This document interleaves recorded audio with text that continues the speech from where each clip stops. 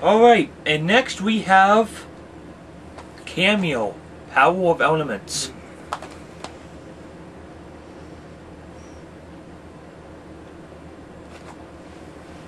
Alright, so now we have Oblivion.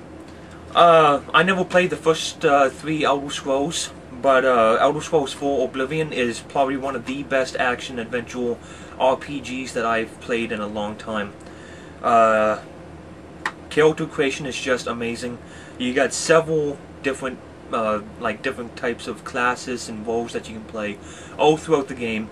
So if you really want to, you can play through the game several times and always go about objectives a certain way.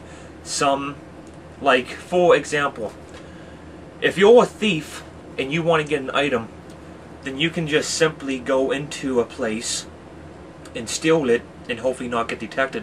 Whereas if you're just a knight who's noble, you can talk to the person that owns the item and maybe try to persuade them to let them give it to you. And you know, there's just a whole bunch of different ways you can go about things. It's really hard to do the same objective twice unless you forcefully do so. It's just an amazing game.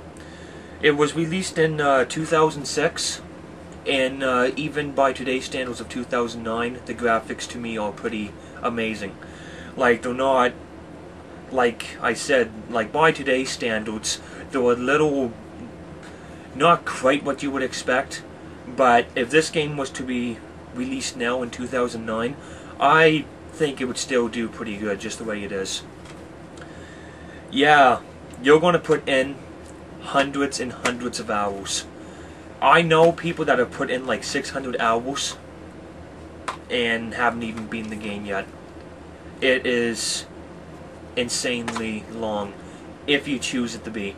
If you just want to push all through the main quest and don't bother with anything else, then you can probably beat the game in like 10-20 hours, I'm guessing. But if you actually take the time to explore the land, do all the side missions, join guilds, do all that fun stuff, you're looking at a very long playthrough. Now let's give this over to Alex and see what he has to say. Oblivion. I've played this game for 300 plus hours and I still haven't done everything yet. The graphics are beautiful. This is actually the reason why I bought an Xbox 360. I'd do it all over again too. There's so much to do. You can be a noble warrior or a murderer to a thief to a powerful wizard, all on the same account. It's awesome. Buy it if you don't own it. Buy it now. Next up is actually a fairly new game. It came out in the end of August, and it is freaking awesome. It's personally on my Game of the Year list of possible games. Batman Arkham Asylum. Now, a lot of people might look at this and be like, yeah, it's a good game, but it's not Game of the Year worthy. Well, the reason why I say that is because I despise superheroes. And I'm going to get a lot of hate mail for that, but it's true. I do not like superheroes all that much. DC Comics, Marvel Comics, all that, I don't really give a shit. And that goes double for Batman, because he's not even technically a superhero. He's a guy with a lot of gadgets. And then this game came out and completely changed my perspective on all that.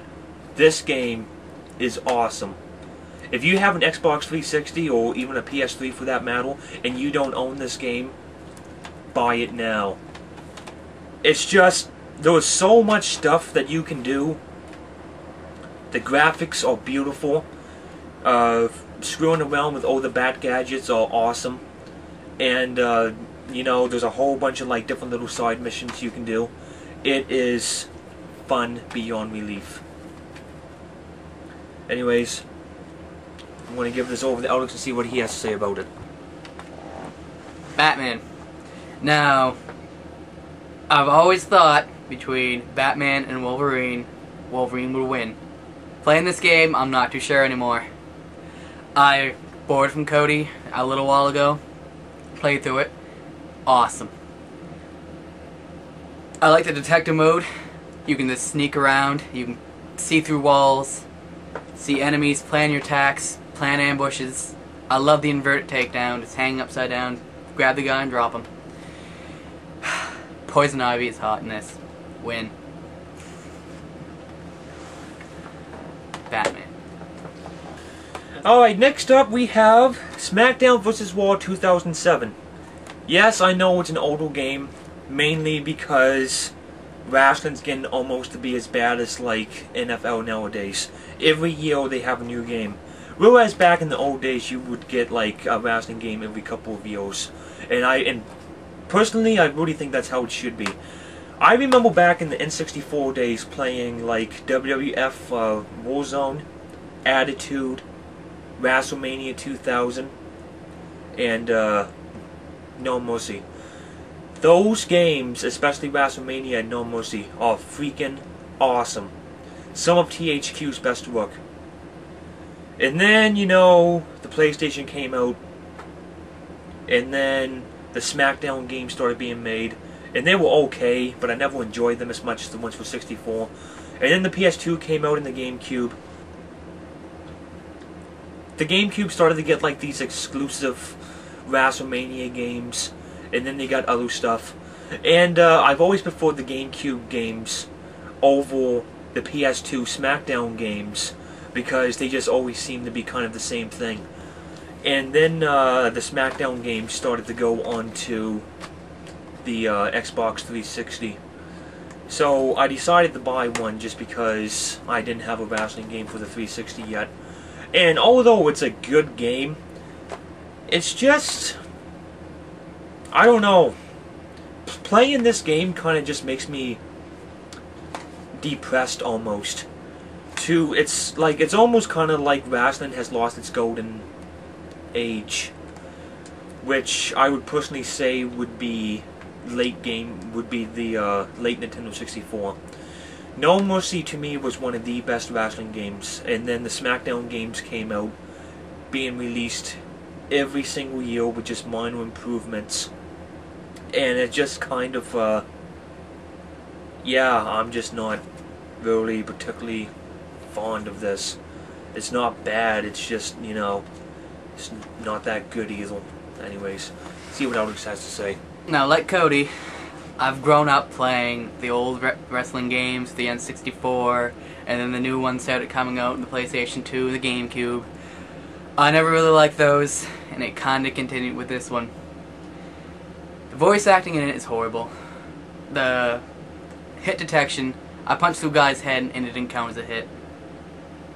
The graphics are what would you expect from a wrestling game. Horrible cel-shaded copies of the actual superstars.